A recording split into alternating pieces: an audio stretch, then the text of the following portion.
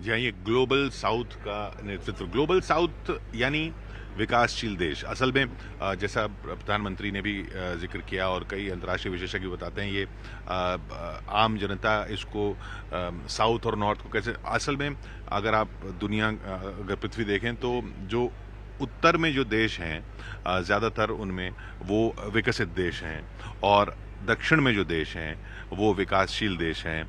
और तो इसलिए इसको साउथ और नॉर्थ कहा जाता है। एक ईस्ट वेस्ट डिवाइड है जो चल रहा है, जो दो धड़े चल रहे हैं, और एक नॉर्थ और साउथ की जो डिवाइड नहीं है, ये फर्क है, ये जो इकोनॉमिक फर्क है, आर्थिक रूप से कमज़ोर है जो साउथ है। वो जो ग्लोबल साउथ है, जो जो ये जो विकासशील देश हैं, उनका उनकी अगुवाई अब इन सब कदमों से भारत कर रहा है, जैसा आज दिखा है अफ्रीकन यूनियन के शामिल होने की वजह से।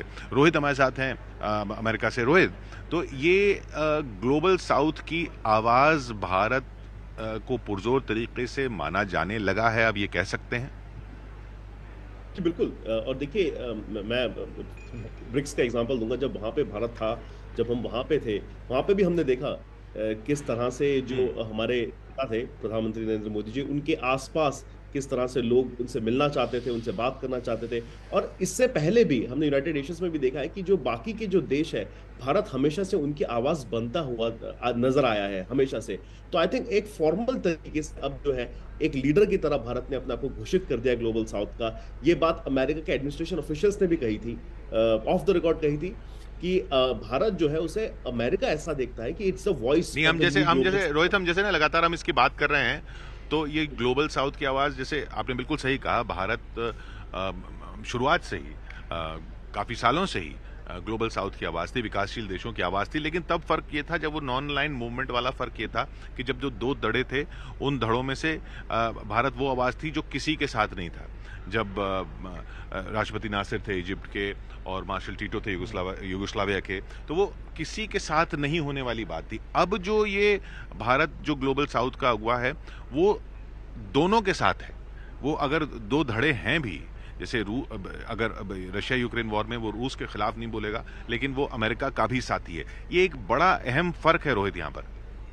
जी, जी, बिल्कुल और आई थिंक ये दर्शाता है मैं बार-बार ये कह रहा हूँ देखिए अमेरिका ने जब देखा कि इस सदी में उसको कौन-सा ऐसा रिलायबल पार्टनर मिल सकता है, जो इसको जो वर्ल्ड को एक डेमोक्रेटिक तरीके से चलाने में काम करे, कारगर साबित हो, तो उनके पास भारत के अलावा कोई और ऑप्शन नहीं था। और ये बार-बार अमेरिका कहता है कि अगर भारत किसी भी तरह से इस जो वॉर चल रहा है, अगर उसमें मध्यस्थता कर पाए, नेगोशिएट कर पाए, चीज़ों को कर पाए, तो ये बहुत बड़ी चीज़ होगी, बहुत बड़ी उपलब्धि होगी और अमेरिका शायद चाहता भी है कि भारत इस तरह का रोल ग्लोबल पॉलिटिक्स में प्ले करे और यही बात जो है चीन को बहुत ज़्यादा खटकती है, किशोर। जी, जी। तो ये ग्लोबल साउथ की लीडरशिप अब वो बिल्कुल नेचुरल है कि वो चीन को खटक रही है। खटक इसलिए रही है किशोर, अगर देखें अगर माइन्यूट तौर पे दुनिया में दो ऐसे देश हैं जिनकी बड़ी आबादी है, जो बड़े हैं भी, और इकोनॉमिक तरीके से जब ये तय होने लगा कि कौन ग्लोबल लिबरलाइजेशन के बाद, तो चीन और भारत में प्रतियोगिता हुई। चीन की नीति ऐसी है कि उसकी विस्तारवादी है, भारत वैसा नहीं करता, किसी को ऋण देके न चुकाए उसे अपने कब्जे में ले ले। तो ये दोनों के बीच में प्रतियोगिता थी, क्योंकि डेवलपिंग कंट्री तो आपके पास आएंगे नहीं। वो अब अफ्रीका समझ गया है। अफ्रीका समझ गया है। डेवलपिंग कंट्री तो आपके पास आएंगे नहीं, उनमें से ज्यादातर अमेरिका के पास है, और रूस को इन सब चीजों से बहुत ज्यादा मतलब नहीं है, और वो डेवलपिंग कंट्री में आता भी है। तो ऐसे में चीन और भारत दो ऐसे दुनिया के ऐसे देश हैं जो ग्लोबल साउथ का नेतृत्व करने के काबिल हैं। हाँ, मतलब वो उस चीन निकला था वो भी ग्लोबल साउथ का, अब तो खैर वो और प्रधानमंत्री ने इसको कहते हैं ना कि मौके का फायदा उठाना। जी, और नहीं, पर ये इसमें चीन जिस तरह से सन 2000 से, जैसे हमने बात की, अफ्रीकन आउटरीच किया जियांग जमीन के टाइम से, उसके बाद से वहाँ निवेश और दूसरे देशों में, लेकिन फिर अफ्रीका ने भी देखा कि क्या हाल हुआ, पाकिस्तान का क्या हाल हुआ, श्रीलंका का क्या हाल हुआ, बांग्लादेश सही समय पर समझ गया, नेपाल में भी अभी उनके राजदूत ने कह दिया कि आप ये अनफॉर्चुनेट है कि आपके बॉर्डर इंडिया के साथ है, तो उनको बैकलैश वहाँ पे झेलना पड़ रहा है।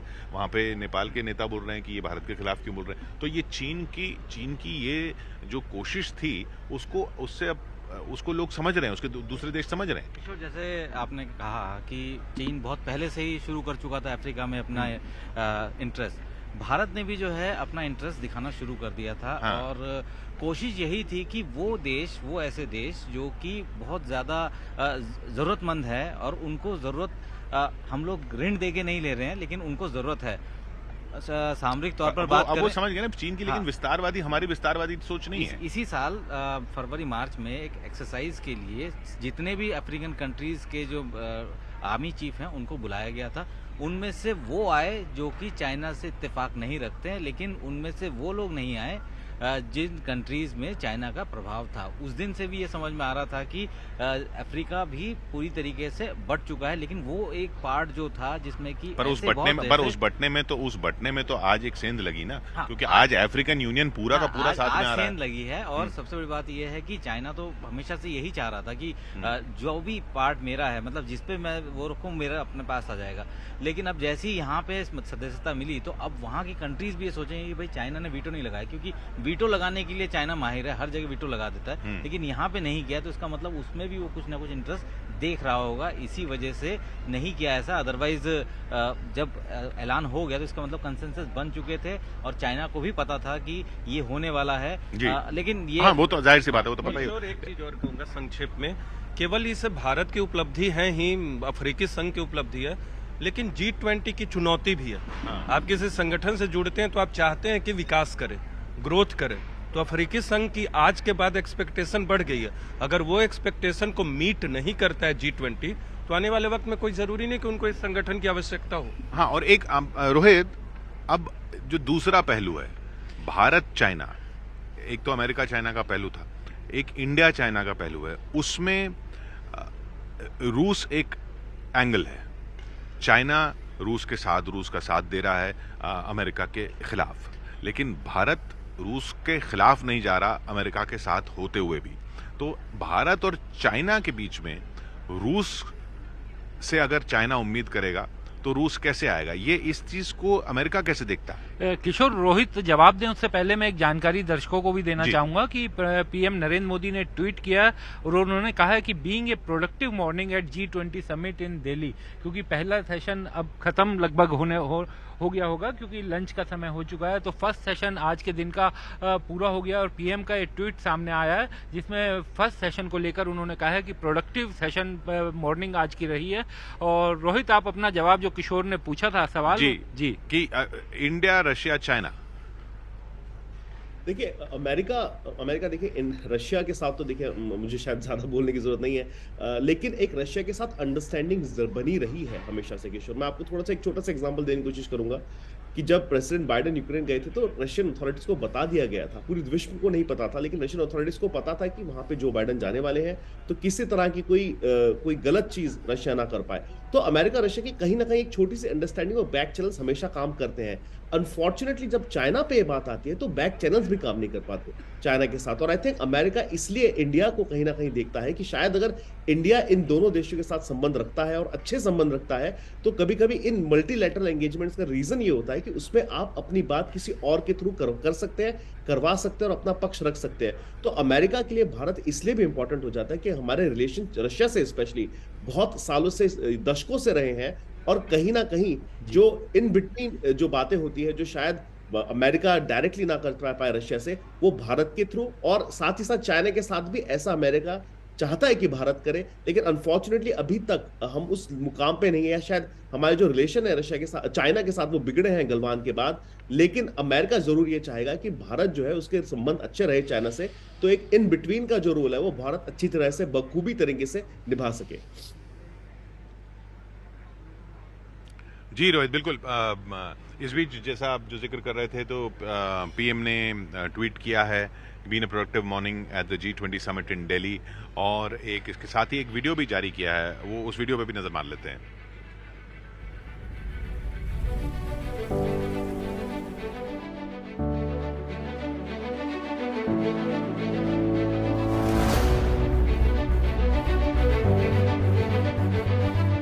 आज G20 के प्रेसिडेंट के तौर पर भारत पूरी दुनिया का आह्वान करता है कि हम मिलकर सबसे पहले इस ग्लोबल ट्रस्ट डेफिसिट को एक विश्वास, एक भरोसे में बदले। यह हम सभी के साथ मिलकर चलने का समय है और इसलिए सबका साथ, सबका विकास, सबका विश्वास, सबका प्रयास का मंत्र हम सभी के लिए एक पथ प्रदर्शक बन सकता है।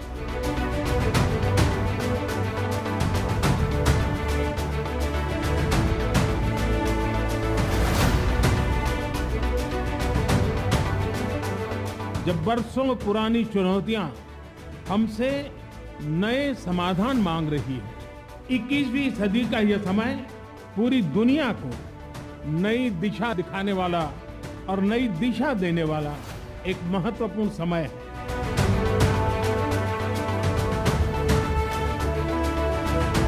सबका साथ की भावना से ही भारत ने प्रस्ताव रखा था कि अफ्रीकन यूनियन को G20 की स्थायी सदस्यता दी जाए।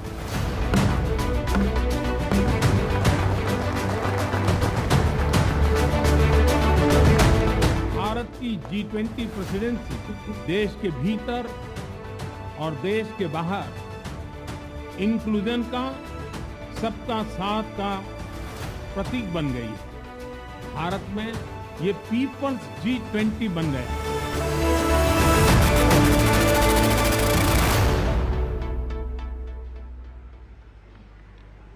या तो सभी राष्ट्राध्यक्ष आज सुबह पहुंचे, पहला सेशन हो चुका है। हमारे साथ दुबई से वरिष्ठ पत्रकार शानिर सिद्दीकी साहब जुड़ रहे हैं। शानिर, वहाँ इसको किस तरीके से लिया जा रहा है जो अभी तक हुआ है, अफ्रीकन यूनियन का शामिल होना, भारत की प्रेसिडेंसी, भारत का ये आयोजन, जो इस तरह का आयोजन कभी G20 का हुआ नहीं, और उसमें मोहम्मद बिन जायद अल नहयान भी यहाँ पर मौजूद हैं और उनके साथ भी केमिस्ट्री देखने को मिली प्रधानमंत्री मोदी की। ये अरविंद जी, यूएई के साथ जो भारत का रिश्ता है वो तो एक अलग ही लेवल पे है, क्योंकि जो कल्चरली, बिजनेस के तौर पे जो दोस्ती है वो शायद इंडिया की किसी और देश के साथ है भी नहीं। और सबसे ज़्यादा भारतीय भी यहीं रहते हैं, 35 लाख से ज़्यादा भारतीय यूएई में रहते हैं। G20 बहुत अहम था इस बार, क्योंकि कोरोना के बाद जिस तरह से इंडिया और यूएई में रिश्ते आगे बढ़े, बिजनेस की टर्म में, एजुकेशन के टर्म में, हेल्थ के टर्म में, तो और यूएई को as a guest country invite करना। और मैं फिर एक बात कहूँगा कि सिर्फ यूएई हम लोग देख रहे हैं, हम लोगों को थोड़ा और लार्जेस्ट पर्सपेक्टिव में देखें तो ओमान और इजिप्ट को जो इनवाइट किया है इंडिया ने, और सऊदी, ईरान, ये लोग पहले से G20 के मेंबर हैं, तो पूरा वेस्ट एशिया इंडिया ने साथ दिया है, सिर्फ यूएई नहीं, पूरा मीना रीजन, मिडिल ईस्ट और नॉर्थ अफ्रीका को इंडिया ने जो है अपने साथ, अपने घेरे में ले लिया है। तो और इसमें इसके साथ ही I2U2 भी है सिद्दीकी साहब।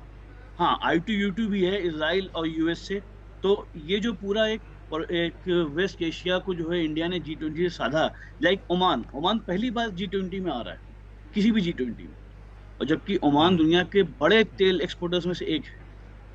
तो ये जो इज्जत दी जा रही है, ये जो रिलेशन बनाया जा रहा है, तो ये एक बहुत बड़ा अचीवमेंट रहेगा G20 का। और खासकर अफ्रीकन देशों की जो बात करते रहे हमेशा से पीएम, तो चूंकि जब हम अरब की बात करते हैं तो अरब हमेशा अफ्रीका के साथ जुड़ा होता है, वो मिडिल ईस्ट, नॉर्थ अफ्रीका एक रीजन बनाया जाता है। तो वहाँ पे उस लिहाज से G20 बहुत अहम हो गया इंडिया के लिए। और स्पेशली इंडिया और यूएई का टारगेट है कि आने वाले कुछ सालों में उनको नॉन ऑयल क्रिएट करना है, अचीव करना है $100 बिलियन का, जो कि ऑलमोस्ट हाफ अचीव हो ही चुका है। तो यहाँ पे से जो चीज़ें आगे बढ़ेंगी, और शेख मोहम्मद बिन नहयान का आना वहाँ पे, एक राष्ट्रीय अध्यक्ष का पहुँचना G20 में, तो इसके पहले भी जो है कम से कम 40 मीटिंग्स हुई G20 के पहले, और यूएई ने हमेशा अपने किसी जिम्मेदार मंत्री को ही भेजा। तो ये दिखाता है कि यूएई कितना सीरियस था G20 को लेकर। और एक चीज और, कल तो जो मैंने कल ही मैंने कहा था कि यूएई को लेकर के इंडिया ने जो तैयारियां की हैं यूएई को लेकर के, वो बड़ी अहम थी, जो यहाँ मीडिया में काफी चर्चा में रहा कि किस तरह से यूएई के एस्ट्रोनॉट जो अभी लौट के आए हैं, वो अभी यहाँ सेलिब्रेशन चल ही रहा है, अभी 4-5 दिन ही हुआ लौट के आए हुए, उसके पोस्टर्स लगाए उन्होंने दिल्ली में, ये कहते हुए कि आपने एक इम्पैक्ट क्रिएट किया। तो वो यूएई के लिए प्राउड फील होता है, यहाँ के लोग प्राउड फील कर रहे हैं, वो एक कनेक्ट कर रहे हैं कि हाँ यार, इंडिया रिकॉग्नाइज कर रहा है हमारे एफर्ट्स पे स्पेस में।